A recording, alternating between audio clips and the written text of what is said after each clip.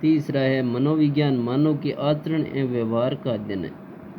तीसरा किसने दिया था? मैकडूगल ने। उन्होंने क्या कहा था? मानव के आचरण, मानव जो व्यवहार करता है और आचरण करता है उससे ही यथार्थ विज्ञान है, मनोविज्ञान है। ठीक है। उसके बाद है मनोविज्ञान मानव की प्रकृति का अध्ययन है। मानव की जो प्रकृति है ना उसका अध्ययन क्या है?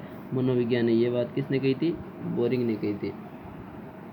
उसके बाद आता है मनोविज्ञान जीवित प्राणियों में सामाजिक वातावरण के साथ होने वाला व्यवहार। जीवित जो प्राणी है ना, चाहे कुत्ता है, चाहे बिल्ली है, चाहे इंसान है, वो वातावरण के साथ जो व्यवहार करता है उसे क्या कहते हैं? मनोविज्ञान कहते हैं। ये बात किसने कही थी? मर्फी ने। मनोविज्ञान सकारात्मक होता है, धनात्मक होता है, विधायक, अनुप्रयुक्त एवं नियामक एवं अनुप्रयुक्त, आदर्शात्मक नहीं होता। ठीक है। सकारात्मक होता है, अनुप्रयुक्त होता है, जिसे प्रयुक्त नहीं किया जा सके, अनुप्रयुक्त। मनोविज्ञान नहीं होता नियामक, नियम के अनुसार मनोविज्ञान नहीं चलता, नियम के अनुसार नहीं चलता। अनुप्रयुक्त और आदर्शात्मक नहीं होता। मनोविज्ञान कोई आदर्श नहीं है।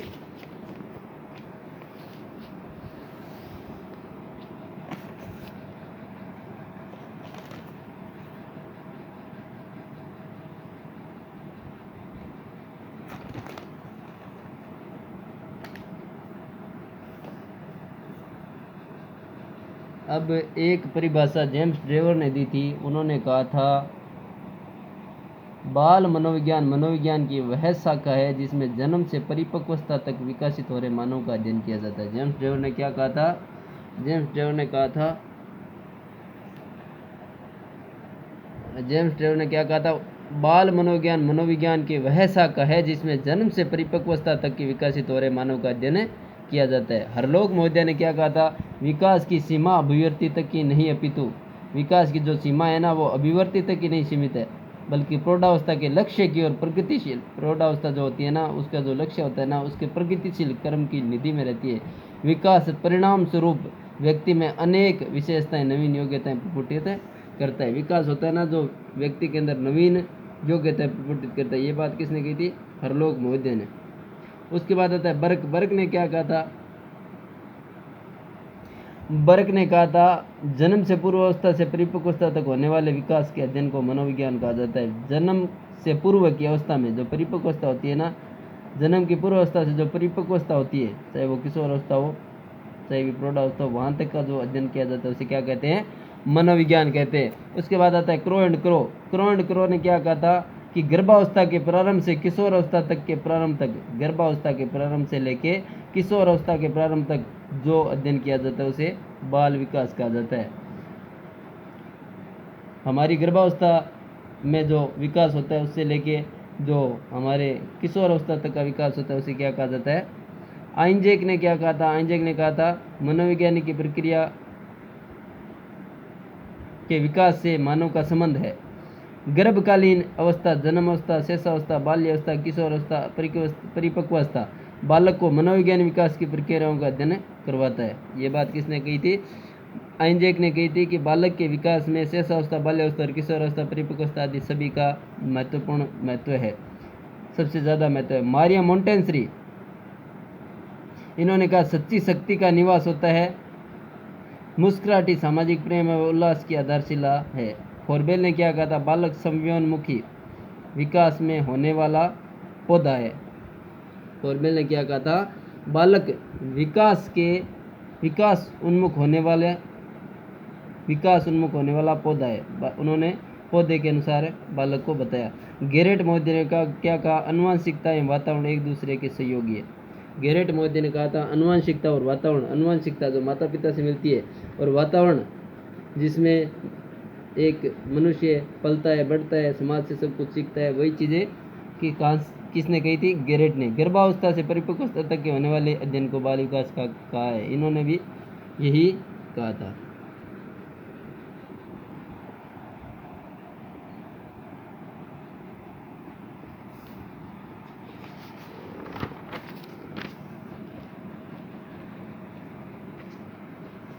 नोट: वर्तमान में मनोविज्ञान अर्धचेतन अचेतन मन का अध्ययन किया जाता है। मनोविज्ञान में वर्तमान में अर्धचेतन और अचेतन मन का अध्ययन किया जाता है।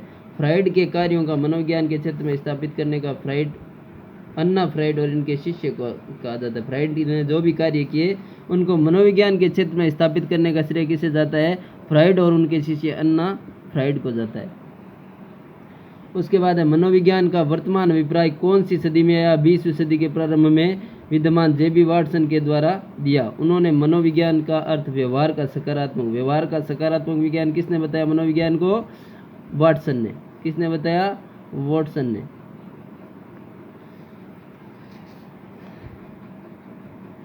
इनके द्वारा दिए गए अभिप्राय के आधार पर मनोविज्ञान को व्यवहार का अध्ययन कहा जाता है। इनके द्वारा दिए गए अभिप्राय के आधार पर, इन्होंने जो अभिप्राय दिया उसे क्या कहा जाता है? व्यवहार का अध्ययन कहा जाता है। व्यवहारवाद का जनक किन्हें कहा जाता है? व्यवहारवाद का जनक वाटसन को कहा जाता है।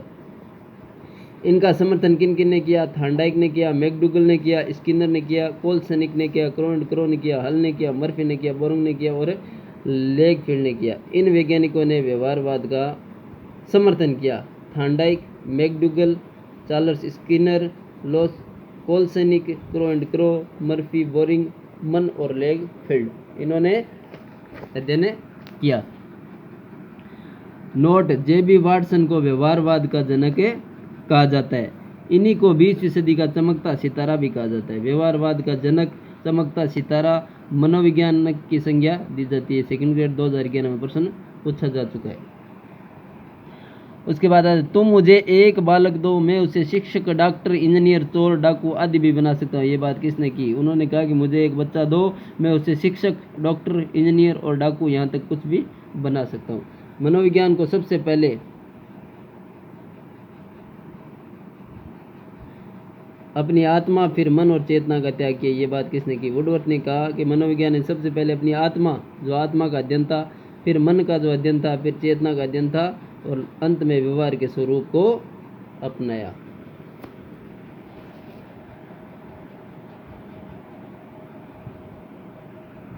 अब जो सिद्धांत है वो मौलिक गुणों के सिद्धांत। सबसे पहले मौलिक गुणों का सिद्धांत देते हैं जो मेंडल ने लिया था। ये चेकोस्लोवाकिया में चर्च के एक पादरी थे। इन्होंने मटर के पौधों पे प्रयोग किया। उन्होंने सबसे पहले लंबे और बोने दो प्रकार के पौधे लिए। उन्होंने क्या किया?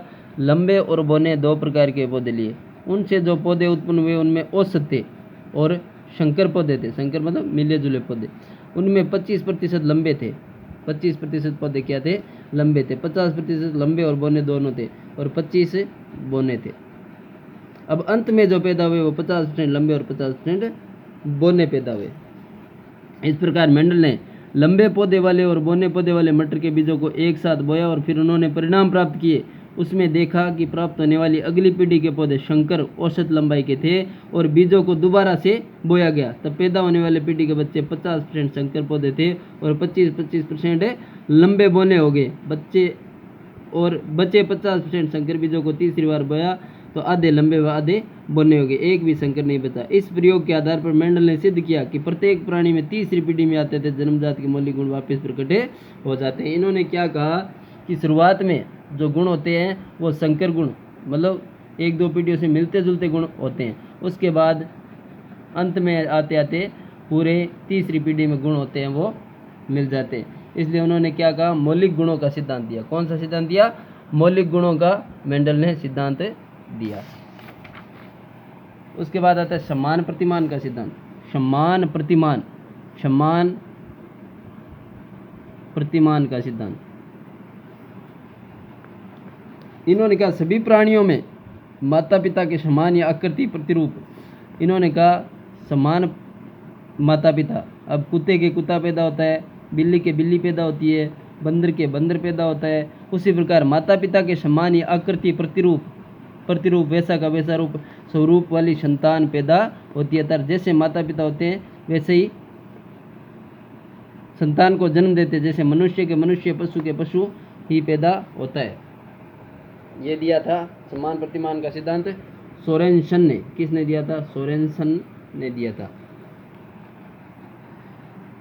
उसके बाद आता है विपरीत गुणों का सिद्धांत। कई बार विपरीत गुण भी बच्चों में आ जाते हैं। प्रत्यागमन का सिद्धांत समर्थन सोरेनसन ने दिया था। इन्होंने कहा कि कभी कभी संतानों में ठीक विपरीत गुण प्रकट हो जाते हैं।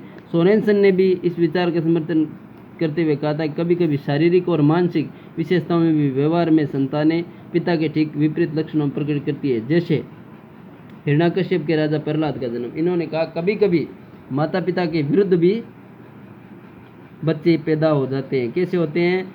इन्होंने हिरण्यकश्यप था जो पापी था, वो धर्म के विरुद्ध था, और उनके जो बच्चा पैदा हुआ प्रहलाद वो क्या था? धर्म के समर्थन में था। फिर आता है असमानता का सिद्धांत। समर्थन किसने किया? डार्विन और लेमार्क ने। कभी कभी किसी विशेषता में माता पिता संतानों से अलग अलग प्रकार के लक्षण देखे जाते हैं। रंग रूप में, कद काठी में समान दर्शाते, इस विचार का असमानता को दर्शाते हैं। उन्होंने असमानता का सिद्धांत दिया। कभी कभी माता पिता गोरे होते हैं और उनके बच्चे काले हो जाते हैं, माता पिता लंबे होते हैं, बच्चे उनके बोने पैदा हो जाते हैं। इस प्रकार ये सिद्धांत क्या था? असमानता का सिद्धांत। किसने दिया था? समर्थन डार्विन और लेमार्क ने दिया था। अब हम कल पढ़ेंगे वातावरण।